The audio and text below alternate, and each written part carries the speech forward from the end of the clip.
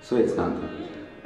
Kā Bērta jums šodien piedāvā redzējumu par neaktuālajām lietām Latvijas kultūrā. Mēs esam mazajā Kalnielā un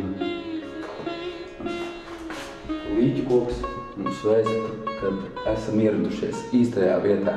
Šeit dzīvo meitene ar bantītēm matos. Meitene, kura nevienam nav vajadzīga un kura nav izgājusi no dzīvokļa jau veselu gadu. Pēc paskatīsimies, kā viņai īsti iet.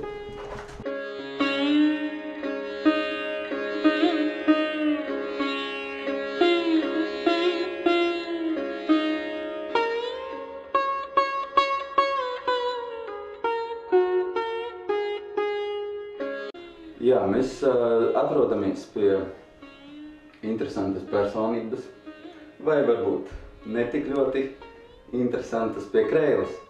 Viņa nodarbojās ar ļoti neaktuālu lietu, ar ghost writing. Es neesmu īpaši spēcīgs angļu valodā. This is the cat, tas ir vienīgā frāze, ko es zinu, bet Kreila šodien tu man pastāstīsi lietas, ko es gribu uzzināt. Es sagatavojos arī jauku vidi.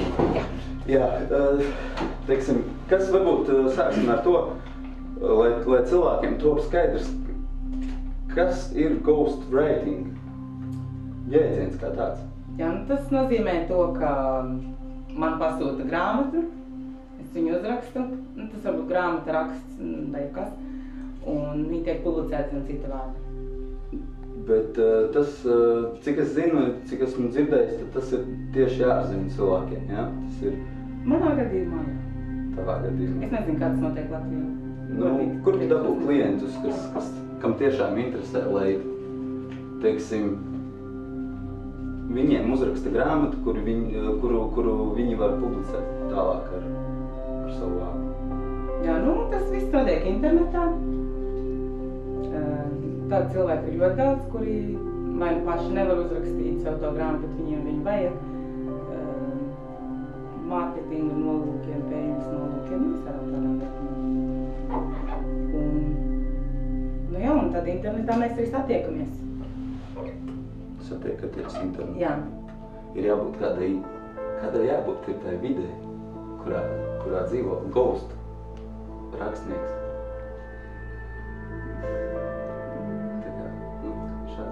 Domāju, jebkādai. Man liekas, ka tur pilnīgi vienalga, kādā vidē tas viss notiek. Galvenais, lai cilvēkam, kurš pasūta, vienkārši patīk tas, ko tu esi uzrakstījis. Nu, varbūt izstāstīji, kas ir uzrakstīts par saviem darbiem? Ir uzrakstīts dažādas grāmatas par dažādām ļoti aktuālām tēmām. Jā, nē, nu, ir gan raksti, gan grāmatas par ļoti aktuālām tēmām, piemēram, kā pareizi dzīvot.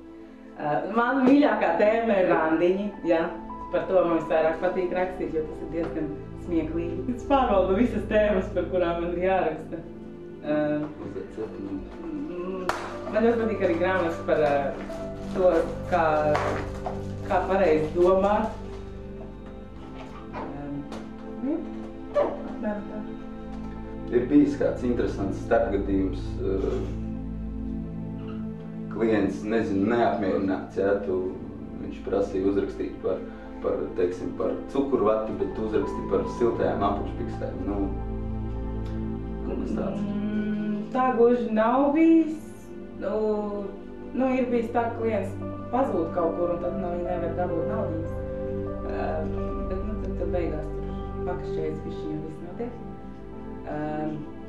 Nu, man tagad ir tā bišķiņ, ka man ir viena grāmata, kur es īsti nevaru saprast, ko klients vēlas. Jo ļoti bieži ir tā, ka klientam pašam nav skaidrs, ko viņš grib.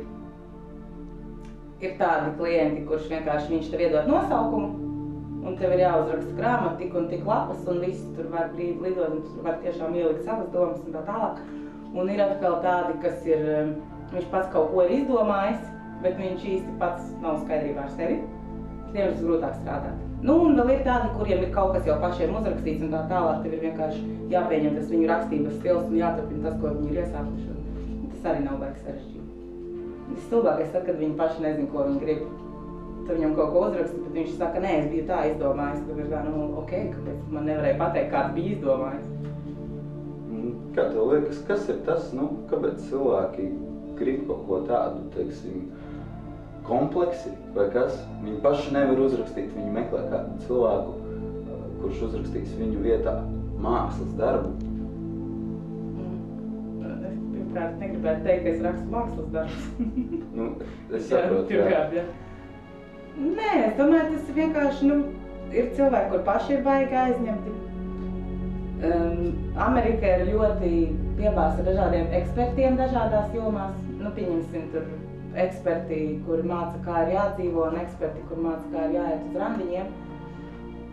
Man pieņemsim, mans mīļākais autors, kuram es rakstu, ir 60-gadīgā amerikāņu blondīne, kura ir vienkārši brīnišķīga, un mums ir ļoti lieliskā, ilglaicīga sadarbība.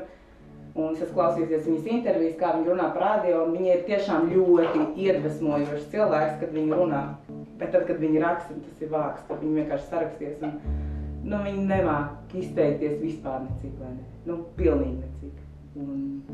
Tas ir tā sieviete, tā kā kaut kas līdzīgs, tā kā Inese Ziņģīte, Latvijā, kas taisa dziļos pietupienus un māca cilvēkiem, kā dzīvot. Jā, līdz pietupieniem mēs vēl viņu neesam tikušas, bet būs arī pietupieni. Pagaidām ir viena grāmata, un tā jau ir tirgu. Viņu reāli pērk, jā? Viņu reāli pērk, viņu var dabūt arī izprintētā, ne tikai e-grāmatas versijā. Un viņai vakar bija intervija radio, bet tas bija baigi vēl naktī, tāpēc es nenoklausījos. Man būs jāsameklē, kurus var noklausīties vēlāk, jo pirmo interviju, saprīt arī varbūt? Pirmo interviju es jau noklausījos, un tas bija ļoti jauki. Tur ir tā lieta, ka ja es Kreilam Skačkā Latvijā, kur vispār pasaules kartē droši vien atrodas kaut kur Āfrikas dibenā, kādam izstāstu, kā ir jādomā, tad tas neko nenozīmē, tad tas tepat arī maz Skačkā paliek.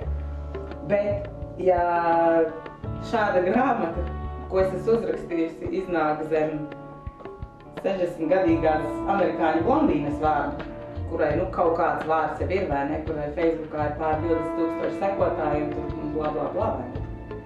Tad īstenībā tur ir tie 1000, kuri izlasa to, ko es esmu uzrakstījis. Tas nav tā, kad Amerikā cilvēki, kaut kā tās pašas randiņu vietas, par kurām tu raksti, kā pareizi, kurā randiņā sākt bučoties un kurā iziet uz kniebienu un tā tālāk.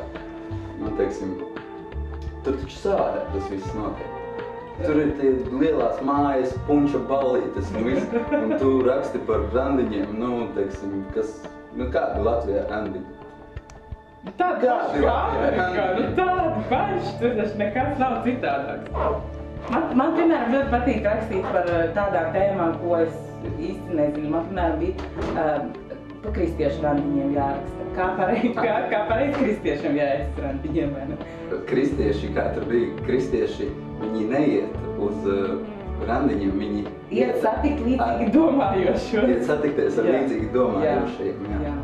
Un tas ir tā interesanti. Tu vienkārši uztaisi mazu pētījumiņu, papēti avotus un tā tālāk, un tad tu vari uzrakstīt. Jā, tu jau daudz komentāri internetā, jā, lai uzrakstīt. Loģiski. Tāpēc, ka internets īstenībā ir pilns ar visādiem sūdiem, no kuriem var uztaisīt jaunas sūdas. Tur ir kāda īpaša programma, jā, kur tu, teiksim, kur klienti tevi meklē vai Nē, tur ir pāris tās weblokas, kurās mēs viens otru atrodam. Ir gan tā, gan citreiz. Es pieņemsim, es redzu, ka ir kaut kāds, meklēju ghostwriter, un tad ja man interesē tā tēma, tad es piesakos, citreiz tā, ka man pašai raksta jau. Ka man vajag, lai tu man uzraksti un blā, blā, blā. Jā, principā tad tu raksti par lietām, ko tu nesaproti. Bieži, jā. Tikpat labi es varētu atbildēt tavā vietā uz šajā intervijā uz jautājumu. Jā. Kas ir tā tēma, kur tev pašai kaut kā negribējās, teiksim, pat rakstīt, varbūt, nezinu, nav bijusi tēma kaut kāda tur, kaut kāda mazohistu piezīmes, vai slapjie sapņi, vai, es nezinu. Tādas man nepiedāvā, tādas es varbūt paņemtu, jo tas būtu interesanti kaut kādu rakstīt. Visiepīgākā grāmata bija par to, kā izšķirt pāris, kā izšķirt cilvēks, kur ir attiecībās. Tas bija vienkārši riebīgi. Kaut ko taču Man bija pašai ļoti riebīgi. Nav ko daudz runāt par neaktuālām lietām. Tāpēc es domāju, mēs pagaidām varētu likt punktu. Prieks bija iepazīties.